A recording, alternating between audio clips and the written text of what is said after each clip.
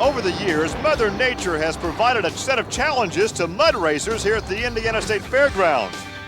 The last time we were here, a pair of brothers rained on everyone's parade, dominating both classes. Today, the sun is shining brightly, and this picnic of power could turn into a free-for-all. Coming up next, we'll see who slings it and who brings it today in Indy.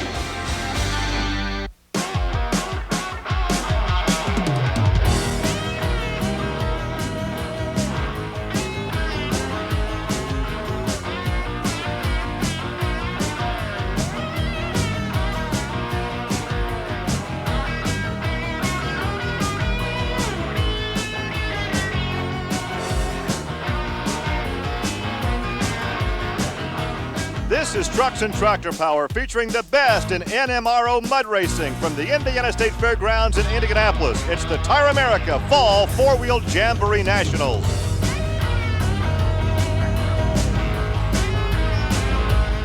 1 year ago here at the Indiana State Fairgrounds, the Behrman brothers cleaned up. In fact, Mike in the cockpit won Class 5, Steve won Class 6. Now, earlier this season at Lima, Ohio, they debuted this new 27 Roadster. But since then, they've struggled. But hey, it's not the only team that struggled here on Trucks and Tractor Power. Here's Army Armstrong. Hey, Gary, check it out. Dan Brown's back in town. It's been a long trip since Bloomsburg, though, hasn't it? Yeah, Army, the Bloomsburg trip with the rollover out there cost us a lot of downtime. When that axle broke in that car and it flipped on us and we went out the sidewall out there in Bloomsburg, it cost us some downtime, and we've been fighting back to get the BDS car back here. Okay, that's the downside. You tweaked the vehicle, you hurt it. But you come back with a brand new vehicle. Did you bring some of the technology from the other one over to this one, and if so, what? Well, Army, we bought the same motor and clutch setup back. We changed the suspension somewhat, put some different rear ends underneath it, had a different clutch setup with the new clutch, and built some more horsepower because the BDS car needs horsepower to go through the pit and put it in the winter circle.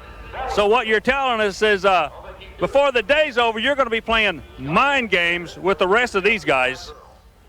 Well, we'll see how that car reacts to the changes as we are ready for action. There was a thumbs up from Joey Quick, but first, let's find out about today's track conditions. Once again, here's Army. Gary, I want you to look down here with me for a second. Normally, this would be nothing but mud. It's not the case today. We're actually past the starting line in a mud pit. These cars have special chassis and special suspensions to grab a hold of mud, but there's no mud here. They've got to go about 75 to 80 feet down this 180-foot track before they get into any mud. That tells us that the cars are not going to be able to do what they're designed to do until they get on the other end of the track. This is going to be a thinking man's track today. Yes, it's still 180 feet long, but the question is, who's going to figure out how to get to the other 180-foot end before the other guy does? Have I seen that guy do the farm report? Man, Army knows his soil. Coming up now, there is Paperboy Express in the far lane, Scott Snarsky, and Joey Valerial in Joey Quick in the near lane. Joey Quick will be running a small 32 body. Meanwhile, on the far side is a full body vehicle. He'll be carrying more weight, more wind resistance. And I tell you what, we found in the past the bigger bodies just don't seem to work. Good quick run for Joey Quick. Let's take a look at the numbers. A 271, so he lays down the gauntlet early, and there is a 327 for Scott in that full-bodied Paperboy Express. Next coming up will be Jack Frost, Insane in the Membrane, taking on Roger Sherwood in Stressed Out. First, let's go back trackside and visit with Joey Quick. Here's Army. Joey, the word we get is a 271. Now, drawing number one, is that a good number for that position? Today, I'm not too sure. The track was a little wet down toward the end. I think the track's going to get a lot better today as time goes on. I guess only time will tell. Well, as the competition continues, as we told you, Roger Sherwood in Stressed Out and Jack Frost in Insane in the Membrane. There's your time to beat, a 271. Problems in the near lane, far lane, good run. Roger had a 289. Stressed Out. Not a very good run for Jack Frost, a 471. Hey, it's a lot less dusty on the midway. We're coming back with more from the Tire America Fall Nationals. Stay with us. Gary Lee and Army Armstrong back in Indianapolis. Up next, Ron Pence and Tater out of Missouri. But first, let's go down to the far end with Army and Roger Sherwood. Gary, he comes into the pit. First thing he says is, "Thank you, Lord." Tell you the kind of guy he is. We're going to tell him the number was a 289. Not a bad run. Not bad. First pass on this car. Brand new car. Never even drove it up till right then. He gave you a good ride, didn't he? Yeah, it did. It went good and straight. Motor pulled hard, didn't lay down any. There's no starting line there at all. Well, we'll see how these other guys can contend with no starting line as the competition continues. Charles Durbin in the Axle Breaker 3 will be up against Ron Pence in Tater. Now, Charles, we don't get a chance to see on the national circuit all the time. On a local level, he really runs hard. Well, he just showed he could step up and run with the big boys. A good run at 281. Now remember, Pence runs against the clock. It's not side-by-side competition, so is Ron going to go? Yes, he is. And the time for Ron, not as fast as he would like, a 292. But once again, he was up against the clock, not up against the competition. Let's go back pit side. Here's Army. Everything was looking real good, and then it hooked on you. What caused it to make that move? I think I shifted gears the wrong time. I tried shifting gears because I'm geared wrong for one gear, and I tried that gear shift, and I think it killed me. Well, coming up next, we'll have Shane Back and Rodney Covington. Shane Back in the attitude adjuster. He'll take on Rodney Covington's mud rat. We're going to watch these guys. They've been watching the people in front of them. Everybody's doing something different, either short shifting, running different lanes or whatever. Let's see what these guys do to try to get down this track where we know there's no bite on the starting line, Gary. Well, they're taking a long time to stage. That builds horsepower in a motor. More heat, more horsepower. Good run for Shane Back. Excellent run, and he takes the lead. 270 ET, attitude adjuster.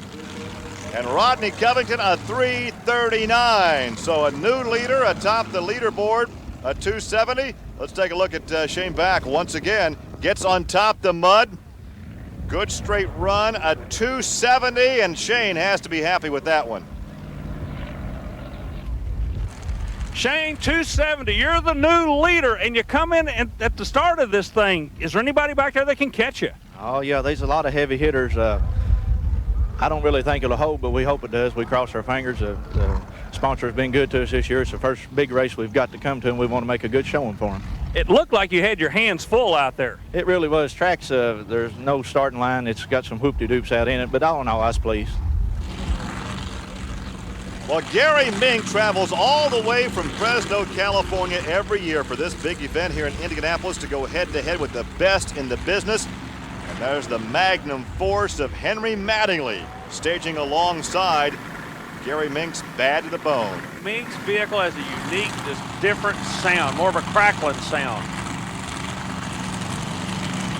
That's the California horsepower you're listening to. Well, he gives that Jeep a good ride, but not quite quick enough to take the lead. 286 for Gary Mink out of Fresno, California. And Henry goes a 324 in the Magnum Force. So Shane Back continues to lead at 270. Joey Quick is second at 271. Then it's Charles Durbin, Gary Mink, and Ron Pence. And coming to the line is Dan Brown with his brand new creation. We talked about that in the opening of the show, never having been out in this vehicle like a brand new pair of shoes, except with a brand new pair of shoes, you can walk around the shoe store with them. He's not tested this car. No, and he only gets to dance for about 3 seconds. Meanwhile, David Chick's going to be coming out in the Super Jeep. I guess that wing on top of the cage makes it a Super as opposed to just a Jeep. Right. All right, they stage at 270 is the time to beat.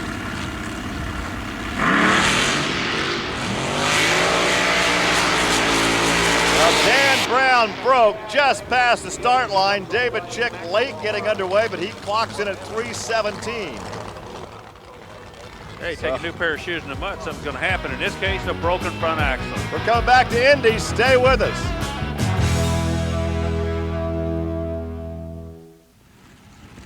Welcome back to Indianapolis. Dan Brown had a brand new vehicle. Now he has a brand new broken vehicle. Well, Gary, everybody was excited to see how this man was going to make a run. I'm going to let him tell you exactly what happened. Dan?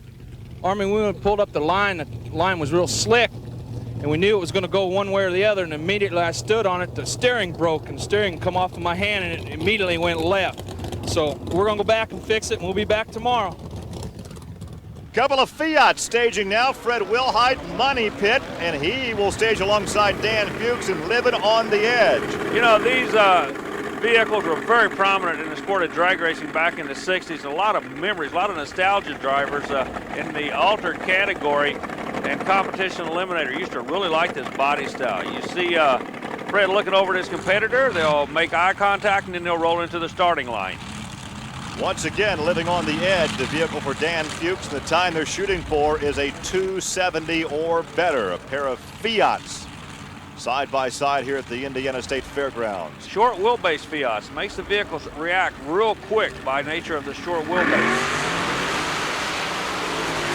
Wilhite puts down a good one. Wilhite a 289. But Dan Fuchs out of bounds. He is DQ'd. So a 289 for Fred Wilhite. And Fuchs puts down a straw bale. End zone shot, pretty straight run for Wilhite as he gets on top of the mud, and you can see Fuchs getting out of bounds and then knocking the straw out of the way. So let's go down now trackside and visit with Fred Wilhite. Fred, you go to the number 5 spot with a 289.1, but it looked like he literally burped the throttle as soon as it moved on the starting line. Yeah, there's nothing out there. I mean, it's not mud, not anything. It's closer related to concrete. About 3-4 car lengths out, it finally found something to bite on and then started moving. A good look in the cockpit of Bill Oldenwald in the Lightfoot creation, but he has a tough task at hand. Can the Behrman brothers repeat their feat from last year when they won both Class 5 and Class 6 in chemical reaction? I tell you what, Bill is a tough competitor. He'll run anybody hard. This is a toss-up. Well, the Behrman brothers chemical reaction, a good pass. Their time a 286, but still not quick enough to take the lead. Bill Oldenwald a 320. So they will not repeat their exploits from a year ago when chemical reaction won both Class 5 and Class 6 competition here at the Indiana State Fairgrounds. And there is a look at the pass by chemical reaction. So right now, without a victory in hand, let's go down and talk to Mike Behrman. On a track that everybody says is spooky, you still turn a 286 number that's good for 5th. Are you satisfied with that run? Yeah, the way that track is, probably good enough.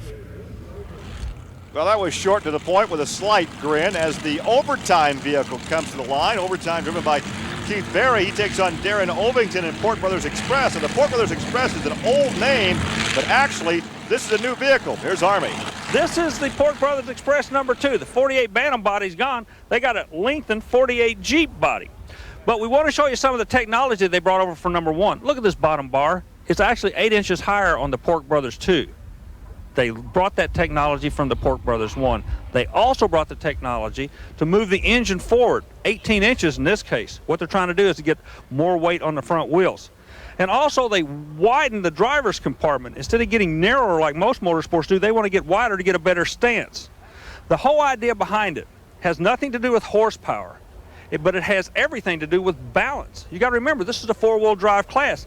If you're not balanced and all 4 corners don't react equally, you're not going to have any luck. Well, so we'll see if the new technology can work. And let's check the times now for the Port Brothers Express.